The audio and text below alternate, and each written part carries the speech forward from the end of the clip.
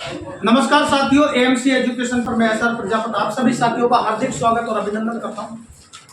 दोस्तों, आज रीजनिंग के अंदर अपन एक बहुत ही बढ़िया और बेहतरीन चैप्टर लेने वाले हैं और इस चैप्टर से हर एग्जाम के अंदर सवाल पूछे जाते हैं। हर एग्जाम के अंदर लगभग सवाल पूछे जाते हैं।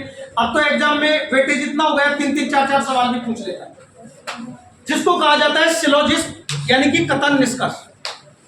कथन निष्कर्ष की अगर मैं बात करूं तो ऐसे क्वेश्चन आपने देखे होंगे कि कुछ गाय बंदर है, कुछ हाथी पालतू है और आपके पास में ऐसे कथन मिल जाते हैं, उस पर फिर निष्कर्ष निकाल देता है।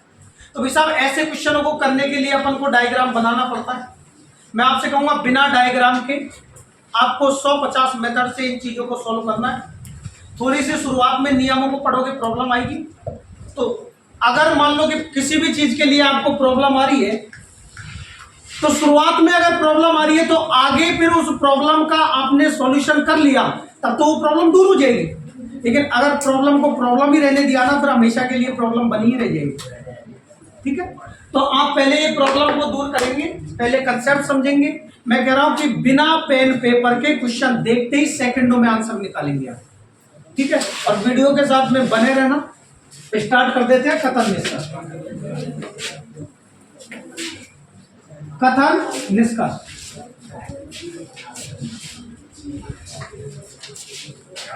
एक एक पॉइंट को समझना कथन निष्कर्ष का। देखो, कथन निष्कर्ष के अंदर पहला नियम अपना क्या होता है, समझो आप बारीकी से। पहला नियम, जैसे मान लीजिए कि सभी गाय बंदर है, बंदर। अब इसमें दो लोग मिलेंगे, बंदर और गाय, दो मिल गए ना। अब ये भाई साहब सभी भी मिल सकता है, कुछ भी मिल सकता है, कुछ नहीं भी मिल सकता है, ओनली नहीं भी मिल सकता है। सुनना मेरी बात को, सभी गाय बंदर है, या तो ये मिल जाएगा या इसी को कह देगा कुछ गाय बंदर है। एक अलग तरीके से भी कह देगा कुछ गाय बंदर नहीं है, और एक कह देगा सभी गाय बंदर नहीं है, सभी गाय बंदर नहीं है। अब मुझे एक बात बता, एक मिनट, जैसे मैं अभी आपसे कह दूं कि आप सभी पागल नहीं हो, एक मिनट क्वेश्चन की दृष्टि से समझिए। मैंने कहा आप सभी पागल नहीं हो, इसका मतलब मैं ये भी तो कह सकता हूं कि कोई भी पागल नहीं है। तो इसी सभी को कई बार क्या करेगा, इसी को कोई भी गाय बंदर नहीं है, दोनों का मतलब एक ही तो होगा। बोलो यस या नो। और इसी को एक तरीके से और कह देता है, ये तीनों को एक ही फॉर्मेट में कैसे कहता है। इसी को कह देगा गाय बंदर नहीं है, गाय बंदर नहीं है, गाय ना जो भी वो बंदर नहीं है। ऐसे आपके पास में कथन मिल जाते हैं और ऐसे ही आपके पास में निष्कर्ष मिल जाते हैं। सबसे पहला नियम की अगर मैं बात करूं, नियम नंबर 5, जब भी आपके पास में सभी मिल जाता है, क्या मिल जाता है, सभी। तो भाई साहब पहला वाला पर्सन है ना, इसका मान होता है 100 और दूसरा वाला का मान होता है 50। इसका मतलब मैं पहले नियम को यहां लिख रहा हूं कि जब भी आपके पास में सभी मिले तो सभी के लिए फर्स्ट वाला जो होता है उसका 100 होता है और सेकंड वाले का होता है 50। बोलो किसी को कोई आपत्ति? बोलो सभी वाले का कितना होगा, 100 फर्स्ट वाले का, और सेकंड वाले का कितना होगा, 50। दूसरा, अगर कुछ मिल जाए, कुछ का मतलब कुछ पार्ट, मतलब ऐसे कैसे, तो कुछ का मतलब जैसे कुछ तो है, तो आप कहोगे कुछ वाला मिल जाए तो ये भी 50 और ये भी 50। तो मैंने कहा अगर ओनली आपको कुछ मिले तो दोनों का 50-50 हो जाएगा। ध्यानपूर्वक बड़े प्यार से समझो, 50-50। अगर मान लो आपके पास में मिल जाए कुछ नहीं, तो कुछ वाले का तो कितना होगा 50 और नहीं वाले का होता है 100। अब देखो इसमें कुछ भी है और नहीं भी है, तो भाई साहब एक ये रहा और एक ये रहा, तो इसमें कुछ वाले का गाय का कितना होगा 50, जबकि बंदर का कितना होगा 100। तो मैं कहूंगा कि दूसरा जो मेरे पास में बनेगा वो होगा कुछ नहीं, कुछ नहीं। थोड़ा सा धैर्य बनाओ बस। तो ये कितना आ जाएगा 50 और ये कितना आ जाएगा 100, दूसरा वाला। एक मेरे पास में होता है कौन सा, सभी नहीं कह दे, कोई भी नहीं कह दे, या ओनली नहीं कह दे। ओनली नहीं कह दे, ओनली नहीं, कुछ थोड़ी लग रहा है आगे, नहीं लग रहा। तो आप कहोगे कि साहब हमारे पास में मान लो सभी नहीं आ जाए, सभी नहीं की जगह कोई नहीं आ जाए, और कोई नहीं की जगह ओनली नहीं भी आ जाए, तो दोनों का कितना हो जाएगा 100। ये पहला नियम है भैया। ये कौन सा नियम है, पहला। कोई दिक्कत किसी को भी कोई प्रॉब्लम नहीं है ना। आगे चलते दूसरे नियम की मैं बात करूं। दूसरा नियम क्या कहता है,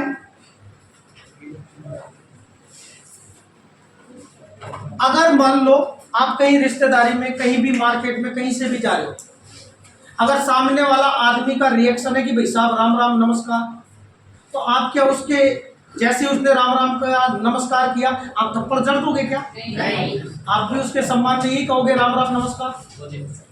मतलब कि सामने वाला व्यक्ति पॉजिटिव है आपके प्रति, तो आपका निष्कर्ष भी पॉजिटिव होगा, आप खुद भी पॉजिटिव कहोगे। लेकिन सामने वाला व्यक्ति अगर नेगेटिव है, आप जा रहे हो भाई साहब और आपसे चलते चलते किसी व्यक्ति ने रास्ते में कह दिया ए इधर आ, और पकड़ के भाई साहब 2 थप्पड़ खींच के दे दिए, आप कम पड़ जाओगे? नहीं। आप अगर उससे हल्के भी रहोगे ना, तब वो 2 देगा तो आप ये सोचेगा यार एक तो देंगे, एक तो देंगे। दूसरी बात, अगर ज्यादा ही कोई बड़ा शेर है, आपसे कुछ भी नहीं होगा तो खाएंगे पिएंगे, खून नाखून से नोच देंगे, ऐसी कंडीशन तो करेंगे। मतलब कहने का तात्पर्य ये है, कहने का तात्पर्य ये है कि अगर मान लो आपको नेगेटिव व्यक्ति मिलेगा तो उसका रिजल्ट भी नेगेटिव होगा। अगर कहने वाला आपको पॉजिटिव मिलेगा, आपका रिजल्ट पॉजिटिव होगा। आप पढ़ाई में मेरे से आकर्षित हो, इसका मतलब आप मेरे से पॉजिटिव हो, आपका रिजल्ट भी अगर आपने भी मेहनत की तो पॉजिटिव होगी। मैं खुद अगर नेगेटिव हूं, आप ऑटोमेटिक नेगेटिव होंगे। तो अगर मान लो कहने वाला पॉजिटिव है तो उसका निष्कर्ष हमेशा पॉजिटिव आएगा। कहने वाला कौन होगा साहब? कथन। तो देखो दूसरा नियम, नियम नंबर 2, जब कथन पॉजिटिव का मतलब होता है सकारात्मक। जब कथन अगर सकारात्मक हो तो उसका निष्कर्ष भी सकारात्मक होगा, उसका रिजल्ट भी सकारात्मक होगा। सकारात्मक मतलब पॉजिटिव, सकारात्मक होगा। नियम नंबर 2 ये कहता है। नियम नंबर 3 क्या कहता है कि साहब कथन अगर सकारात्मक पॉजिटिव हो तो निष्कर्ष भी पॉजिटिव, लेकिन अगर कथन नेगेटिव हो गया, कहने वाला नेगेटिव हो गया, तो उसका रिजल्ट भी नेगेटिव। जब कथन नेगेटिव हो, नेगेटिव का मतलब नकारात्मक हो तो उसका निष्कर्ष भी नकारात्मक यानी कि नेगेटिव होगा, नकारात्मक ही होगा। ये हमारे हिसाब 2 नियम ये हैं। अब कई बार क्या करेगा तीसरा नियम, चौथा नियम क्या कहता है? दिख रहा है इधर, दिख रहा है ना सबको? चौथा क्या कहता है? चौथा नियम, मान लो कि अगर 2 व्यक्ति आपस में बात कर रहे हैं, एक व्यक्ति भी पॉजिटिव है, दूसरा व्यक्ति भी पॉजिटिव है। अगर दोनों के दोनों लोग पॉजिटिव है तो उनका रिजल्ट हमेशा क्या है? कैसे आएगा सुनो। मान लो कि मैं भी पढ़ने वाला, दूसरा व्यक्ति भी पढ़ने वाला, दिमाग हमारा पढ़ने में ही चलता है, तो हम बात पढ़ाई की पॉजिटिव ही करेंगे, बोलो। और अगर मान लो दो लोग नेगेटिव, हो सके एक पॉजिटिव एक नेगेटिव, वो बात में करेंगे। आप फिलहाल इतना सा दिमाग में रखो कि अगर दो लोग पॉजिटिव है तो उनका रिजल्ट हमेशा पॉजिटिव आएगा। मतलब क्या है कि साहब एक व्यक्ति जो कहने वाला है वो भी पॉजिटिव हो, दूसरा कहने वाला भी पॉजिटिव हो, तो उनका जो रिजल्ट निकल के आता है यहां से, उनका जो निष्कर्ष निकल के आएगा वो भी पॉजिटिव ही होगा, दोनों। ठीक है। दूसरा क्या हो जाएगा कि अगर मान लो दूसरा आपके पास में ले लिया कि एक नेगेटिव हो, दूसरा आपके पास में पॉजिटिव हो, तो इसका रिजल्ट क्या आएगा? नेगेटिव। पक्का? इसका मतलब मान लीजिए कि एक दारू शराब पीने वाला व्यक्ति है और एक भाई साहब हम जैसे सज्जन आदमी। हाँ, दुर्जन दिख रहा हूं क्या? एक पॉजिटिव और एक नेगेटिव व्यक्ति है, इसका रिजल्ट नेगेटिव होगा। मान लो हम मार्केट से जा रहे हैं, एक हमें नेगेटिव शराबी किस्म का लड़का मान लो रास्ते में पड़ा मिल गया। एक मिनट समझो, रास्ते में पड़ा मिल गया और उसने कह दिया ए किधर जा रहा है, और दो चार गाली भी सुना दी। भाई साहब मन तो इतना किया कि पकड़ के बढ़िया तरीके से ढूंढ दे, लेकिन जैसे ही हमने सोचा, गाड़ी रोकी और पकड़ के धोने की सोची, सामने वाले काफी सारे लोग इकट्ठे हो गए, बोले यार पी रखी है, रहने दे, छोड़। मतलब जीता कौन है? गाली भी दे लिया, पिटा भी नहीं, पॉजिटिव हारा कौन? तो अगर, और दूसरी बात, अगर मान लो कि दो नेगेटिव है, तो एक पॉजिटिव है एक नेगेटिव है, पॉजिटिव नेगेटिव पॉजिटिव नेगेटिव, अगर एक पॉजिटिव कथन है दूसरा नेगेटिव, मतलब कि एक लड़का सकारात्मक है, पढ़ने वाला एक नकारात्मक है, तो उसको नकारात्मक ही बना के छोड़ेगा 100%। तो ये क्या आएगा इसका निष्कर्ष? लेकिन अगर मान लो कि दो शराबी आपस में पीने वाले,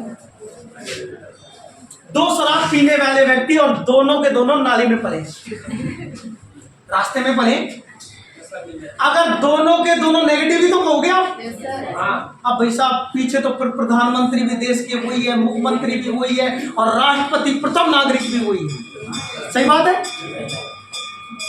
अब भाई साहब वो अगर ये कह देना कि मैं भारत का राष्ट्रपति हूं, पड़ा पड़ा सड़क पे नाले में, तो लोग यही कहेंगे भाई साहब राष्ट्रपति है, सही है। वो तो उतर जाने के बाद में पता लगता है कि राष्ट्रपति है कंगालपति है। बाकी बाकी बाकी दोनों के दोनों नेगेटिव है, पी के पले, अब वो कुछ भी बन लेंगे। लेकिन अगर कोई व्यक्ति वहां से निकल के जाएगा, मेरा की यार क्यों मुलकते हो, बोले इनकी बातों में दम है क्या? कोई दम ही नहीं है, कोई निष्कर्ष ही नहीं है, कोई निष्कर्ष ही नहीं है। अगर उससे कहते हो ना काम क्या करते हो, बोले 4 कंपनी चल रही है। अब दम समझोगे तो मुश्किल, आप होगे कोई मतलब ही नहीं है। अगर दोनों के दोनों नेगेटिव नेगेटिव मिल जाएंगे ना, तो उनका रिजल्ट ये कह दोगे कि साहब उनका रिजल्ट क्या होगा? कुछ नहीं, कुछ नहीं, कोई लेना देना ही नहीं है, रिजल्ट ही नहीं होगा। नियम कितने हो गए? 4। 5वां नियम क्या होता है साहब? 5वां नियम होता है डायरेक्ट नियम। डायरेक्ट नियम, डायरेक्ट नियम, डायरेक्ट नियम को कहा जाता है प्रत्यक्ष नियम। प्रत्यक्ष नियम, ये प्रत्यक्ष नियम क्या होता है? सीधा। डायरेक्ट का मतलब सीधा। एक मान लो मैं कह दूं कि यहां से आपको भाई साहब सब्जी मंडी जाना है, आप कहोगे साहब इधर से निकलो, इधर से निकलने के बाद में यूं घूमो, यहां से पीछे इधर जाओ, इधर से फिर इधर जाओ, इधर से फिर एंट्री इधर करो, सही। और भाई साहब डायरेक्ट का मतलब क्या होगा कि दीवार में हो गया सीधा ही एंट्री मारो। यही तो हुआ ना। जैसे अपन अब ये गर्मियों में खेत खाली है, गांव में है ना, खेत खाली है, रास्ता भाई साहब यूं घूम के मोड़ पे खा के जा रहा है। अब लड़के लड़कियां पैदल जाते ना, सीधा कट लगा के डायरेक्ट सीधा निकल रहा है। समकोण बना देते हैं भाई सब 90 डिग्री। क्यों? क्योंकि आसानी रहेगी। तो एक होता है प्रत्यक्ष नियम, डायरेक्ट नियम। डायरेक्ट नियम क्या होता है? एक मिनट। डायरेक्ट नियम ये होता है कि जब निष्कर्ष होता है, निष्कर्ष के दोनों मान, एक मिनट, कथन की एक ही लाइन में मिल जाए। मैं सब चीज को प्रूव करूंगा, टेंशन ना ले। जब निष्कर्ष के दोनों मान, थोड़ा सा बोरिंग फील होगी, बाकी मैं कर रहा हूं कि फिर इंटरेस्ट आए। जब निष्कर्ष के दोनों मान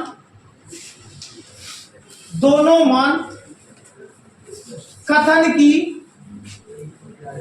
एक ही लाइन में मिले, एक ही लाइन कह दूं या पंक्ति कह दूं, लाइन में मिले, तो वह नियम डायरेक्ट नियम होता है। डायरेक्ट नियम कह दूं या फिर प्रत्यक्ष नियम। और एक होता है इनडायरेक्ट। जैसे घर में बोल देते ना, कोई भी बात लड़के से कह दिया कि भाई साहब, बोले फलाना काम किया क्या? आप घूम फिर के जवाब दोगे। बोले 100 बिल में मत घुसे, सीधा रोज ना रो दे। तो एक होता है इनडायरेक्ट नियम। इनडायरेक्ट नियम को कहोगे अप्रत्यक्ष नियम। और अप्रत्यक्ष क्या होता है? मान लीजिए कि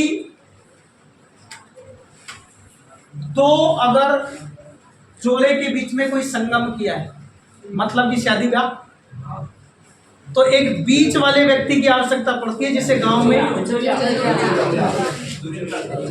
अब भाई साहब इनडायरेक्ट जब होगा ना, इनडायरेक्ट का मतलब कि लड़का राजस्थान का, लड़की यूपी, पाकिस्तान की। मान लो, अब सुनो, अगर मान लो कि ये आपस में एक दूसरे इनडायरेक्ट हुए, क्यों? क्योंकि अलग अलग राज्यों के मिल गए।